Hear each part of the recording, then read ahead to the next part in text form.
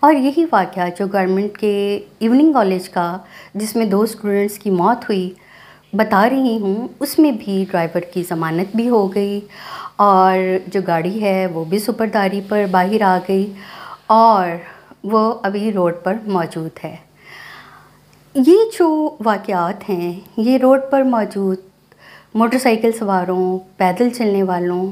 اور جو بھی معصوم لوگ روڈ پر ہیں ان کے لیے بہت بڑا خطرہ ہے۔ یہ ڈرائیورز کہتے ہیں کہ کچھ بھی کریں، کرتے چلے جائیں، کوئی ہمیں کچھ پوچھنے والا نہیں ہے۔ آپ پیدل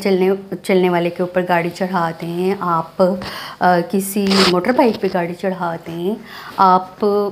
کچھ بھی کر لیں، کوئی پوچھنے والا نہیں، اور ایف آئی آر سے بھی کوئی آپ کو نقصان نہیں ہونے والا کیونکہ ضمانت تو ہو ہی جائے گی اور ادارہ تو ہمارے سر پہ ہی کھڑا ہے۔ اور اسی طرح اگر ہم کسی پرائیویٹ انسٹیٹیوٹ کو دیکھیں تو جو پرائیویٹ بس مالکان ہیں،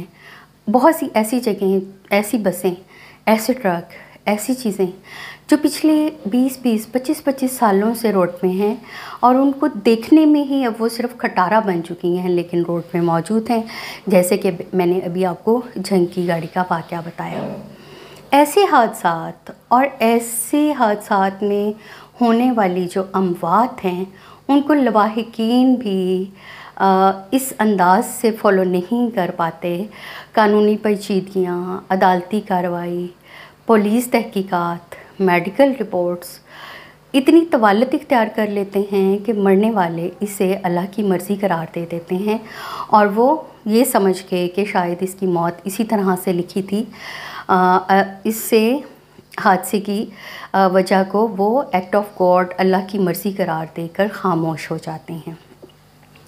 ایسے حادثات میں جو مرنے والوں کے لواحقین ہیں عموماً وہ پوسٹ مارٹم بھی نہیں کراتے کیونکہ ان کو قانون کی پیچیدگیوں کا پتہ نہیں ہے، اور جو بھی ابتدائی انویسٹیگیشن ہے وہ سٹارٹ ہوتی ہے کسی بھی کرائم میں میڈیکل کے ساتھ۔ لیکن یہاں پہ ہم دیکھتے ہیں کہ جو میڈیکل ہے وہ ایک پراپر انداز میں نہیں کیا گیا۔ عموماً جو میڈیکل رپورٹ ہے اس میں یہ لکھ دیا جاتا ہے کہ براڈ ڈیتھ، مطلب جیسے ہی ایک حادثے کے بعد جن شہریوں کی موت ہوئی ہے ان کو ہاسپٹل میں لایا گیا تو وہ رستے میں وفات پا چکے تھے، لیکن اس کی جو مزید تفصیل ہے یعنی کہ اس کی باڈی کو مزید کیا نقصان پہنچے ہیں وہ نہیں لکھا جاتا۔ جبکہ کچھ لواحقین جو ہوتے ہیں جب مجھے وقوعے کی حادثے کی تصویر دکھاتے ہیں تو وہ پتہ چلتا ہے کہ جو میڈیکل ہے اس میں کچھ مزید تفصیل بھی موجود ہونی چاہیے تھی، جیسے کہ ابھی میں نے آپ کو ایک اسکول بس کی جو کہ ایوننگ کالج بھی تھی اس کی بس میں بس کی ٹکر سے جو 2 نوجوان وہ بھی اسی ایوننگ کالج کے اسٹوڈنٹ تھے ان کا حوالہ دیا، تو جب دیکھا تو جو 2 اسٹوڈنٹس جن کا اس حادثے میں انتقال ہوا ہے ان میں سے ایک جو ہے اس کے سر کے اوپر سے جو بس ہے وہ گزر چکی تھی اور اس کا جو کھوپڑی جو ہے وہ ڈیمیج ہو چکی تھی اور برین جو ہے وہ باہر آ چکا تھا اور مکمل طور پر جو ہے وہ قابل شناخت بھی نہیں رہا تھا، اور جو اس کا دوسرا ساتھی ہے اس کی بازو کی ہڈیاں، پسلیاں، ٹانگیں مکمل طور پر چکنا چور ہو چکی تھیں، جبکہ جب میں نے میڈیکل دیکھا تو میڈیکل میں صرف یہ لکھا ہوا تھا براڈ ڈیتھ، یعنی کہ چونکہ ان کے وارثان کو اس چیز کا پتہ نہیں ہوتا کہ میڈیکل جو ہے وہ کتنا ضروری ہے، اور عموماً جب ان تک اطلاع پہنچتی ہے تو یہ قانونی جو ساری کارروائی ہے یہ مکمل ہو چکی ہوتی ہے، کیونکہ اطلاع جو ہے وہ بہت دیر سے پہنچتی ہے اور ان کو عموماً اسی وقت پتہ چلتا ہے جبکہ جو حادثے کا شکار ہونے والے ہیں وہ وفات پا چکے ہوتے ہیں۔ اسی طرح مکمل طور پر جب یہ تو وہ افراد ہیں جو کہ حادثے میں اپنی جان گنوا بیٹھے، لیکن ایسے لوگ لاتعداد ہیں جو کہ حادثے میں اپنے کسی باڈی پارٹ سے محروم ہو گئے، وہ حادثے میں اس طرح زخمی ہوئے کہ ان کو اپنے کسی عضو سے ہاتھ دھونا پڑا۔ اب یا تو وہ مکمل معذوری کے ساتھ زندگی گزار رہے ہیں یا پارشل معذوری کے ساتھ زندگی گزار رہے ہیں، اور زندگی بھر کے لیے جسمانی، ذہنی، آنکھیں یا اپنی جو سماعت ہیں وہ کھو چکے ہیں۔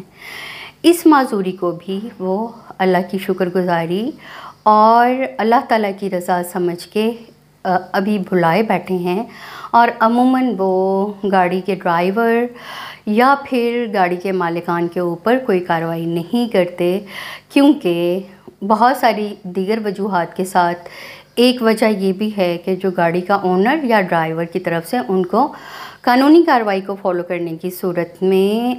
تھریٹ دیے جاتے ہیں، ان کو دھمکیاں دی جاتی ہیں کہ اگر ان حادثات میں انہوں نے جو ہے اس کیس کی فالو کیا تو وہ شدید نتائج جو ہے وہ بھگتیں گے۔ اگر ان حادثات میں اموات ایک سے زیادہ ہوں، جیسے کہ عموماً یہ دیکھا گیا ہے، جیسے ابھی میں نے آپ کو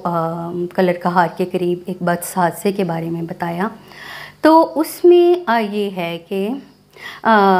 جو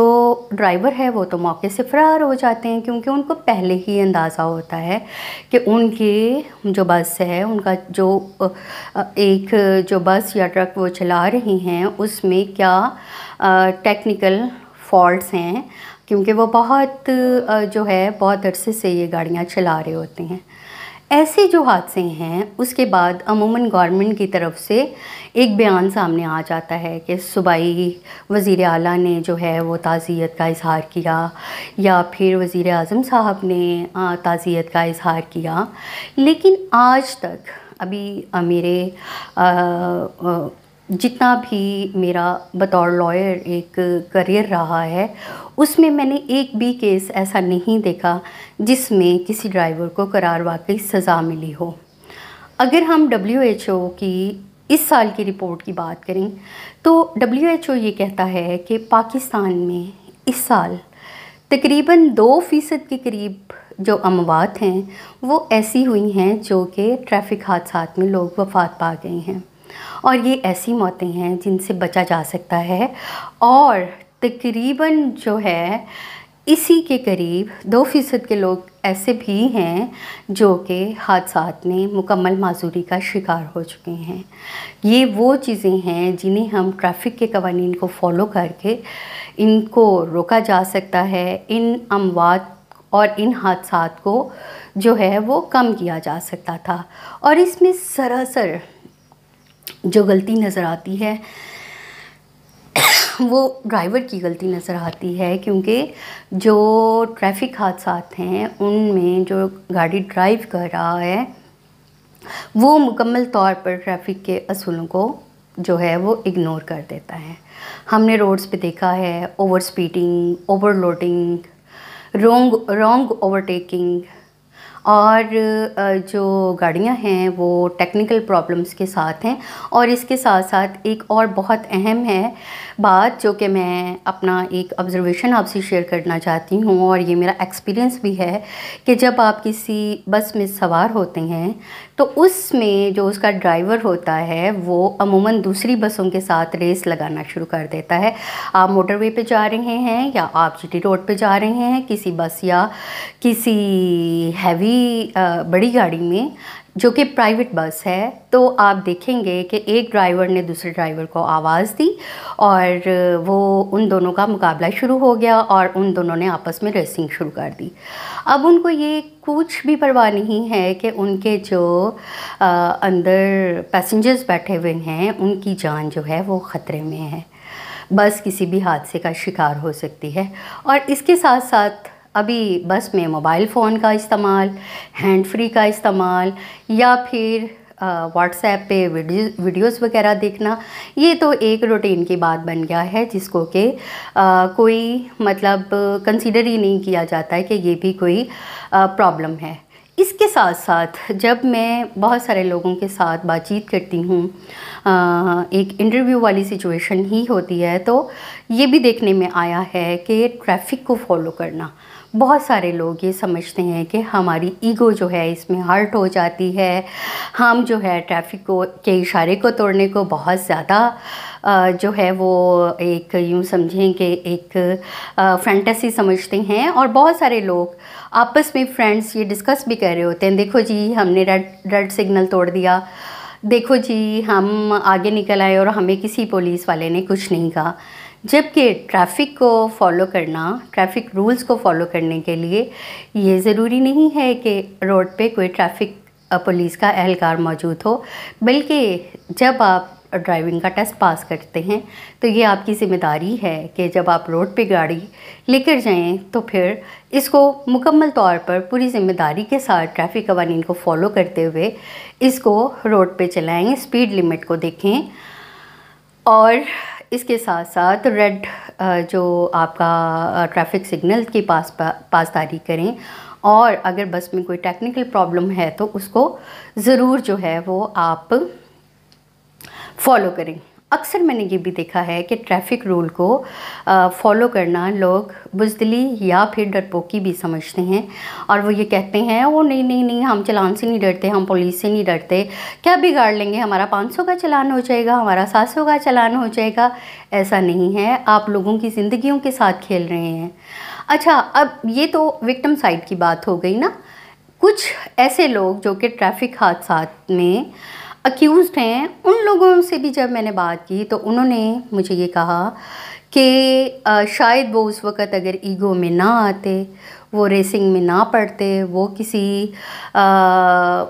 اس طرح کے فوراً ایک جو وقتی فیلنگ ہے اس میں نہ آتے، اور اپنا وہ جو ساتھی ڈرائیور تھا اس کے چیلنج کو قبول نہ کرتے، تو شاید وہ بھی اس مقدمے سے نکل چکے ہوتے۔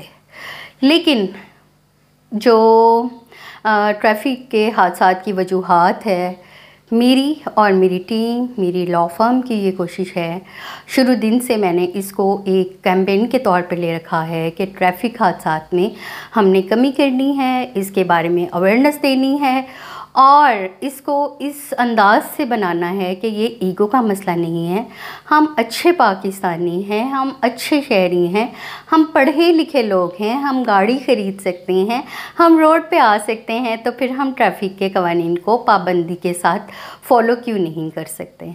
اپنا بھی خیال رکھیں، اگر خدا نخواستہ آپ سے کوئی حادثہ ہوتا ہے تو آپ بھی قانونی طور پر بہت عرصے تک جو ہیں اس کیس سے نکل نہیں پائیں گے۔ اپنا، اپنے گھر والوں کا خیال رکھیں، اور اس کے ساتھ ساتھ آپ نے جو کرنا ہے وہ ہے کہ ٹریفک قوانین کی پابندی کریں۔ اگر آپ سے کوئی حادثہ ہو جاتا ہے اور اس کے اوپر ایسے دفعات لگ جاتے ہیں جو کہ واقعی ہی آپ کو کیفر کردار تک پہنچائیں، تو آئی تھنک یہ آپ کے لیے اور آپ کی فیملی کے لیے بہت لمبے عرصے تک ایک ذہنی چیلنج جو ہے وہ ہوگا۔ میری اپنے چینل کے توسط سے تمام ویورز سے، تمام پاکستانی بہن بھائیوں سے، نوجوانوں سے، یا جو بھی لوگ گاڑی چلا رہے ہیں ان سے یہ ریکویسٹ ہے، براہ کرم ٹریفک قوانین کی پابندی کریں، قانون کو کبھی بھی اپنے ہاتھ میں نہ لیں، اور ٹریفک کے قوانین کو فالو کرنے کو کبھی بھی آپ اپنے ایگو کا مسئلہ نہ بنائیں، اچھے پاکستانی ہونے کا ثبوت دیں، اور میرے چینل سے جڑے رہیں۔